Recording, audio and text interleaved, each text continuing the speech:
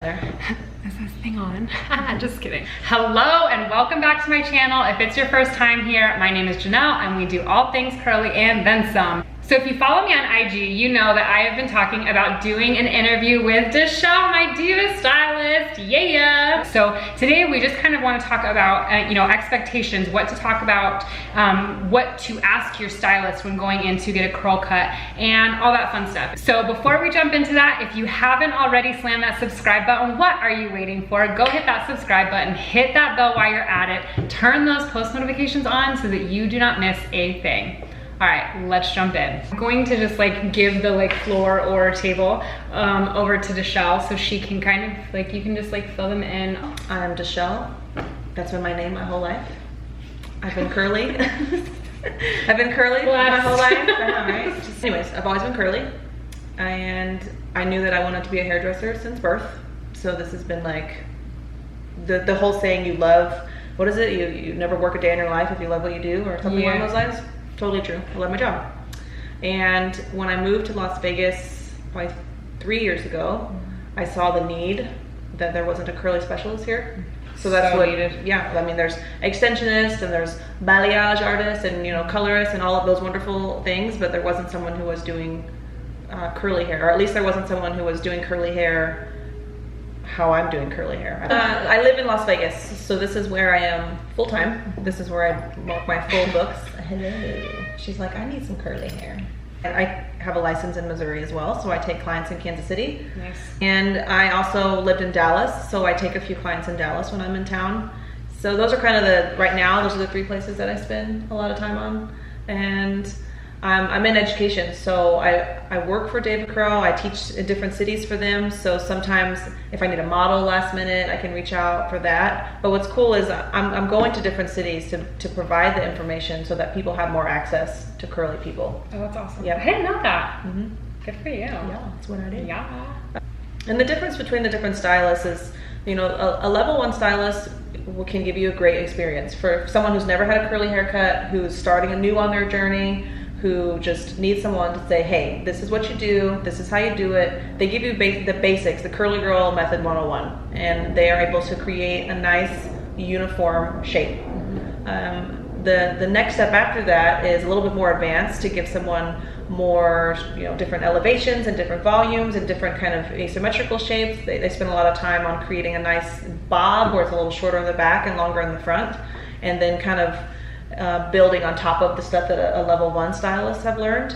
And then the level 3 is you get tested on all of that. You're in a room full of other people who have taken the same information, and you have people that work in the academy, and they come and it's like a state board test. So then when you pass the test and you get your certification, they are saying that we trust you to recreate this experience for a client over and over again, and that this is important to you, and that you've dedicated your time to be able to represent us as a company, and here is the paperwork and your plaque and all these wonderful things to say so.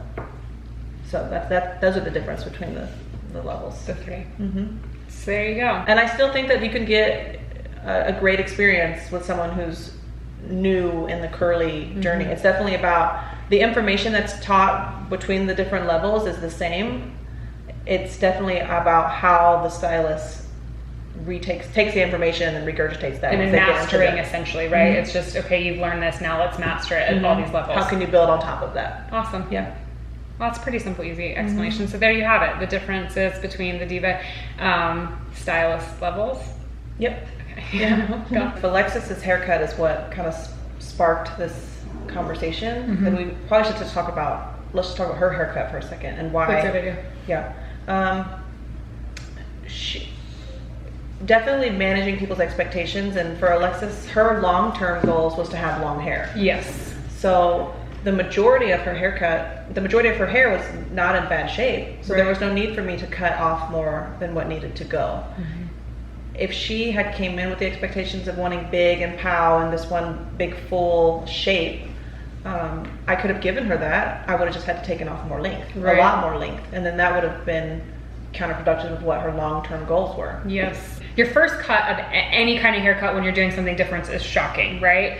But especially when you're going to have a curly haircut. You know, Alexis, I've said this before, I said that in that video, Alexis doesn't do anything special to maintain her curls, right? She just shampoo, conditioner, I mean, that's it. Operating within a zone that she is comfortable with, which is her longer hair. It's something that she's used to. She knows how to style it. She knows how to do all of those things. So how essentially she wanted to get it was finding the best thing that she could work with outside of with her lifestyle and her expectations and the amount of time that she's wanting to input into yes. And so that was what Dashell did for her, is so that, you know, if Alexis never does another thing for her curly hair other than keep up with curly haircuts, she has hair that she knows how to manage and looks better and is healthier, and it's on its way to healthy. One of the questions that I get from everyone is, they don't know what to ask for. Like, that was what they asked me, is what do I ask my stylist? I appreciate pictures. I mean, a lot of times people will say, well, I kind of like this, but I don't have her hair type, or I don't think this, or I don't think that. You know, that's not necessarily your job as a client. That's my job as your service provider. You bring me a picture, and then it's my job to say, well, these are the differences between your hair type and her hair type. But with that, maybe I'm able to peel out different parts that you like about it. You know, maybe you like the shape, and we can get a similar shape, but your curl is different. So are you liking her curls, or are you liking her shape? What other information do you think they should be providing to their hairstylist? Hit me with everything that you're happy with first. And if you have things that you want to keep and things that you don't want to keep, then that's good. I don't think I need necessarily to pull questions out until a person shuts down. Gotcha. Until we're going in circles and we have no idea where we're going yet. Tell me everything that you need to tell me, and everything that you want and everything that you don't want, and tell me about your past experience and what made those experiences great or what made them not great. And then I'm able to kind of make my questions more specific to what we're going for, versus just generic, oh, you want it long, or you want it short, or, you know, I got my haircut this one time and they put this chunk in it, I don't want this chunk back in it, you know, things like that. I mean, I think it's important to note that, like, a lot of the details matter, like that you want to put your hair up in a ponytail, she even asked Alexis, do you tuck your hair behind your ears? And I think it was after she tucked her hair behind her ears like 100 times, right? Like, so we were like, yep, she does. But that's really important, right? You want to tuck your hair behind your ears, but you want layers. But now that factor alone tells you how long your layers need to be. Like, my hair right now is just barely getting behind my ears. So, like, those little details of things that matter to you are really important to tell your stylist. Yeah. Like, a lot of people, they work here in Vegas, people work in the food industry, and their hair has to be pulled up, and you know, you have to think about, if your hair is half up, half down all the time, or the majority of your life, well, what is it that you do and don't like about your hairstyle when it's half up, half down? If I give you a haircut that looks nice when it's down, but you spend the majority of your life with it up, maybe we need to alter it how it looks nice for you in your everyday life. Right. Same thing with here in the Air Force Base. A lot of my clients they want to be curly on the weekends, but then they have to be in a 2-inch bun, you know, Monday through Friday. Yes. So again, your expectations are this, but what do you spend the majority of your time doing? The little details, like you said, are a big deal. When people come in already having some information, that is wonderful, because it makes my job that much easier.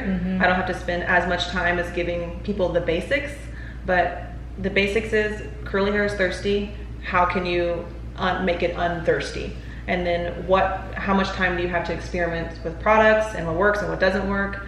Because a lot of times we have expectations of products that it's going to put this magic one serum on and it's going to do what it's supposed to do in 5 minutes. And then when it doesn't work, we're like, well, this doesn't work. And so we chuck it to the side or underneath our sink, and we're back to something over again. There might not be one product that'll work for you today, right this second, or at least it may give you great results. It'll give you a better result than what you had. But what does your hair ultimately look like when it's wet? If it's not happy when it's wet, which curly hair is, again, it's thirsty. So if it's unhappy when it's wet and its most hydrated environment, then you can't expect a product to do better than what water can do. And ultimately, that's what it's going to do when it's wet is what it's going to do when it dries. It's very, very true. I had a conversation with a client the other day, and you know, we were driving and things were feeling good, and she was telling me all these great things. She's like, I love my hair when it's wet, it's beautiful, it's curly, it's pretty, and then I put my products on it, and then I'm like, did you listen to what you just said? You loved it when it was wet. Then you put the products on it. something's happening right in the middle there. Obviously that's not the right direction. Yeah. So if you love it at this point and then you go and do something different and then you don't love it, then it's what you're doing different or the after the fact that you're not in love with. And that's such a good point too, because that's something that I've like told people too, is like go back. Because a lot of times you will get people that'll say like, oh, I hate this thing because it messed it up. And I'm like, okay, well, why? Like, why did it mess it up? And people never know, they just assume, right? But it's like, if you have that kind of conversation with yourself or whatever you did, if you go back and say, okay, it was good, it was good, it was good, and then it was horrible. Okay, so what happened in between? At what point did it go horrible? And really important step, like you do have to decipher those things, like otherwise you won't get that perfect final result regardless, right? You do have to go back and analyze, and sometimes it takes a time or two. You know, I ask my clients to come in with no products on, with naked hair, because products make the hair look better. They do their job to camouflage the issues or to make it curlier or things like that. But then you can't tell what needs to go and what needs to stay, or really to who give credit to or who to blame, because you've got product A, B, and C on there. So take a step back and see what your hair looks like wet and let it air dry with nothing on it. And then you can determine, well, it still has good definition, but maybe there's not enough volume, or there's too much volume and I don't have enough definition. Then you can kind of streamline, well, I need creams, I need oils, I need this, I need that, you know, whatever it is, kind of peel everything off and go from step one. That's a good point. So Dashell just brought up a very excellent question, and it is, what should you all ask a stylist if they are not a curly stylist? So take it away. You know, some of you, I live in Las Vegas, and so I get a lot of tourists, but then I also have to send these people back home, and they may not have a curly stylist in their area, but they have a stylist that they, you know, love. I think what's important is I genuinely feel that curly hair should be cut dry, because it looks very different when it's wet. I know that there are curly techniques and curly brands out there that have different philosophies. So for my input, it makes sense for me in my brain and just the realm of life that curly hair should be cut dry. So maybe your stylist that you have at home is willing to at least explore that opportunity. And cutting it dry and preferably not brushed out, because even brushed out is a very different type of curl. Now, if you wear your hair brushed out, or if you prefer that look, you know, I think that those are kind of more advanced curly people things. So that might be hitting a little too much information for someone who's not specializing in curls. For sure. But can you cut my hair dry, and can you not brush it out? And can you not flat iron it when I'm done? Yeah. You know, that'd be great. Can you do those things? Yeah, I think those are good places to start. Yes. Yeah. Before I found Dashell, I've only had one other curly cut, and it was actually one of the wet cuts. And it wasn't bad, my curls looked good, but it thinned my hair out a ton. So this method, and different cuts too, like there's all different kinds of branded cuts out there ultimately. I mean, it's just, you get hairstylists, right, that just essentially like develop a cut, right? And so that's what a lot of them are, and there are... And that's true for straight hair too, that's not just like a curly thing. That's a straight hair thing as well. Right. So the different hair styles, like some work better for different hair textures, some of it is just preference. There's a lot of factors that do go into it. I think preference is one of the bigger things, right? Is it like that boils down to it. When you just did my Diva cut, the last one we cut curl by curl, right? And then so that people saw that, and then you hear that all the time too, like cut curl by curl, cut curl by curl. Right? And then when they saw Alexis wasn't necessarily cut curl by curl because her hair wasn't curling, right? And so I think maybe one of the things that people kind of want to know is different things, or like what makes you decide to cut it differently. Ultimately it boils down to, is your hair curling curl by curl, first off? If you are new in your journey and it's been flat ironed to death, or it's been heat damaged or chemically damaged, things like that, and it's not curling, well, I can't cut curl by curl if I can't see a curl by curl. Right. So usually, I may not be literally cutting curl by curl, but the philosophy is still, I'm cutting the hair where it lives. So maybe farther along into the journey, when you can actually see curl by curl, that's when you're trying to just necessarily maintain the current shape that you have. I think cutting curl by curl is important when you have a good foundation shape, you have it nice and healthy, your ends are tucked up in between each other, and you can see an actual individual curl, and you're not necessarily wanting to change the shape, you're just trying to do it for maintenance and keep it healthy. When you're trying to create a new shape, and dramatically change it, or when you have someone who's new in their journey and they don't have curl, then you may be picking it up and you may cut it in pieces that are grouping together versus individual little pieces. Okay. And cutting curl by curl may not even give you the result that you want. It's true. Because like, you're a perfect example. Originally we were cutting Jannelle's hair to kind of be chunky and to rope together and do things like that. And that's because they were curling into one big, you know, chunky curl grouping. In the future, if she wants it to open up more and to be more voluminous, then we separate those and treat them as individuals. So instead of this one big curl grouping, maybe there's 5 or 6 curls that are in there. If you want it to be ropier and chunkier, and again, I think this is where some of the advanced training comes in, is you can change how I want the curls to group together if I cut them in groups together. So I may be cutting curl by curl with 100 curls all over your head, but if you don't want it so voluminous and so full, then maybe next time I'll group things together and cut it maybe 50 curls all over your head, you know, just kind of visual, throwing out numbers out there. Yeah, that makes sense.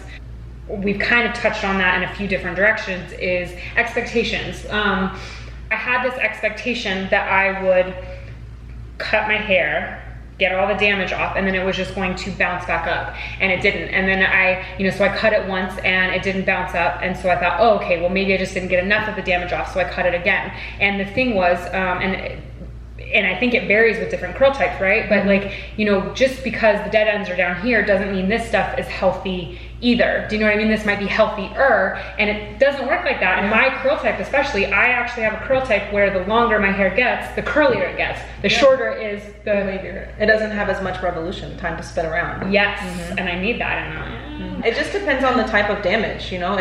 If the hair, think about curly hair as a coil, and so if that coil has been stretched and I go cut the end of that coil off, that's not going to make it compress back together again. That's true. Well, has it been stretched out, or is the curl pattern looser because it's just thirsty? Then okay, fine, we can get it wet and it'll spiral back up. But is it not as curly because it's been stretched out, because it's been flat ironed into a new position, it's been chemically, structurally damaged? Curly hair the way that our strength comes is in a circle. Our strength doesn't come from straight. So if the circle has been damaged, then it can't coil back into itself. Give it a year. A year, I think, is not unrealistic. And it might be better and it might be longer than that. But I think a year with the same consistent products, or at least the same consistent routine, and the dedication to do it, I think a year, you should have wonderful changes in a year. I agree. And a lot of times people have great changes after the first visit. Just the simple time of when they're putting their products in and how they're putting them in. The next time they go wash their hair themselves might be the most life-changing experience ever. But it may not be that. It may not be they may not be at the most 100% health that they can be at, but if they're even peak, they might be at 2% healthier, but it's like, this is awesome. True. You don't necessarily have to have long hair for it to be healthy. No. That's another thing too, is my hair doesn't grow, that means it's not healthy. Well, it may not. Some curls, they grow up before they grow down. And the cold honest truth is, some people's hair, it doesn't grow long. They just don't have that ability to grow long. So don't necessarily get discouraged because your hair is not showing length. Yes. But if the coil is better, they're shinier, they spring back into place. Maybe length isn't necessarily what you're going to be proud of. You're going to be proud of how pretty they are, and how defined they are, and how free in movement that they are. But then they may not live down here, they just live up here instead. And that's why, like, health. Focus on your health. Everywhere. Drink more water. Put more lotion on. Don't be ashy. I'm ashy. Ooh. I should live that life lesson. Don't be. I can't. I'll catch fire. I'm ashy. I'm burning. Nope, I can't be ashy. Thanks so much for being here, and hope you all appreciated this video. You know, let me know down in the comments, is this something you liked? Would you like to see more of it? Because maybe we can get together again and answer some fun comments or questions or whatever they're called. And like, BT Dubs, like my diva stylist is hanging out at my home. I'm not cutting her hair in the kitchen though. She's not. So before we go, make sure and check out that description. I'm gonna have all of Dashell's contact info, her Instagram, as well as where you can reach her to schedule if you are in or visiting Las Vegas. One thing I will say about Dashell is she is good and she books up. So if you're planning your vacation, make sure and get in touch with her sooner than later so you can get a spot in and tell her I sent you. Thank you so much for joining us today. Again, my name is Jannelle, this is Dashell, and we both do kind of all things curly and then some, right? Like, I spend most of my time just on curly. Yeah, so all things curly and then some. And then some. So, and again, if you have not hit that subscribe button, go slam it and turn on those post notifications so that you do not miss a thing. And I will see you next time. Bye.